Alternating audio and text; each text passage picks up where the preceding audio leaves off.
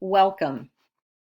Before I dive into week one, I want to make sure that you have looked at some of these resources that are on Moodle.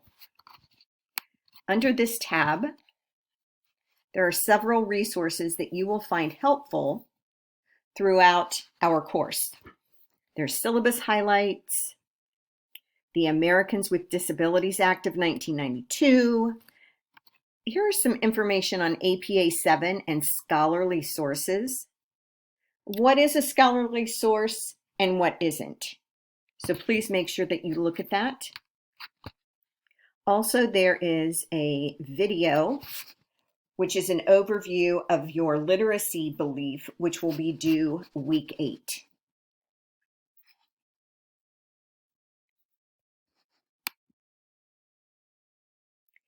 As I told you in the introduction, that I was a literacy coach and I was trained through Literacy Collaborative at Ohio State. Well, what I did was the district that I worked in had adopted a balanced literacy framework. So I went to teachers and helped them implement all of these elements that we're going to be talking about. So this course, like any other literacy and curriculum courses, are near and dear to my heart. I do want to be upfront with all of you and say there is a lot of work for this class. However, what we are discussing and learning will be invaluable to you as you work with students. All of us have memories of how we learn to read. Depending on our backgrounds, some of us may have learned to read with Dick and Jane. Some of us may have learned to read by being surrounded by trade books of many types in a classroom library. Well, in week one and throughout this course, you will explore your own background and beliefs of early literacy learning and find your own pedagogical middle ground based on course readings. Now, we all know that the field of literacy is populated by an overwhelming amount of literature and information. The history of emergent literacy within the American culture can often be summed up by two distinct camps: phonics versus whole language. These two approaches are often viewed as directly oppositional, but do they really need to be? In week one, you will begin to explore a common ground known as the Balanced Literacy Framework, BLF. As a classroom teacher in the elementary grades, much of your focus should be on literacy, since you are laying the foundation for later content area literacy success, and essentially, you're opening the door to a whole new literate world for your students. Your approach to the teaching of reading and writing will be of utmost importance to your children and will be reflected throughout the culture of your classroom. What will your classroom say about you as a teacher of reading and writing? We all bring to the classroom our beliefs and expectations of what learning to read and write entails. And many times those beliefs can stem from our own personal childhood experiences or the experiences that our children have had in their classrooms.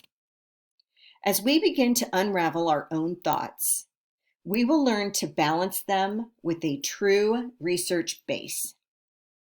What does research teach us about best practices in the literacy framework? So by the end of the week, you will be able to identify your own beliefs about literacy and how those beliefs impact teaching. And you will be able to explain through writing the balanced literacy framework for your licensure area.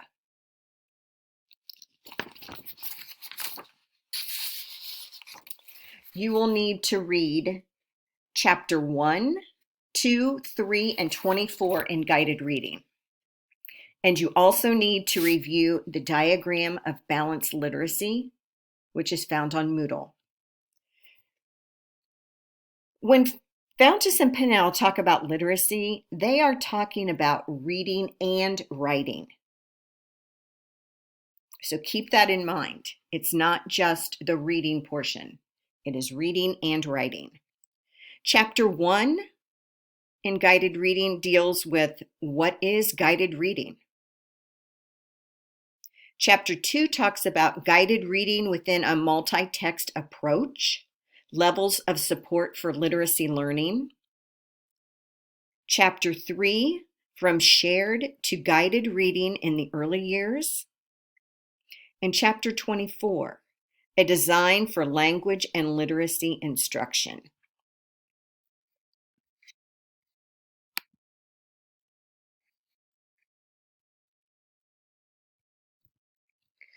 Here is where you will submit your introduction to everyone.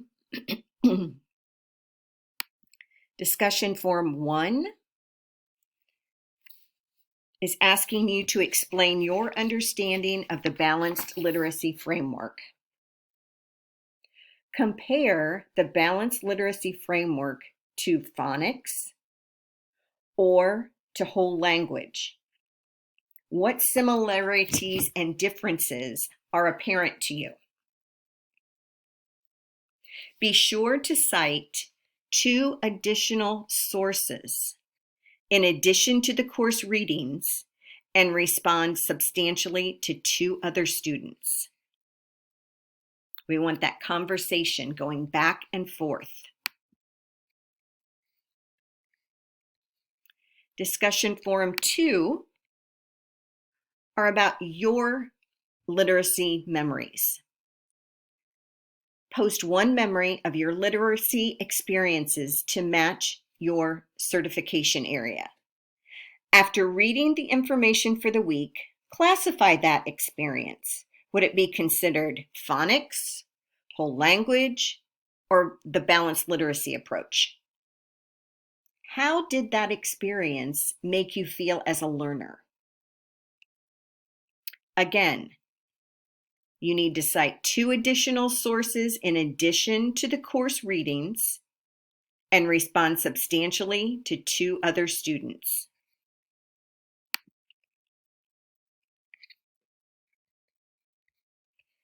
If you have any questions over your final project, which is due week 8, please post them here. I'm really looking forward to our learning together in this course. As I said in my introduction, if you have any questions, please ask me. I can't help you if I don't know that you need help. I want you all to be successful in this course. Thank you.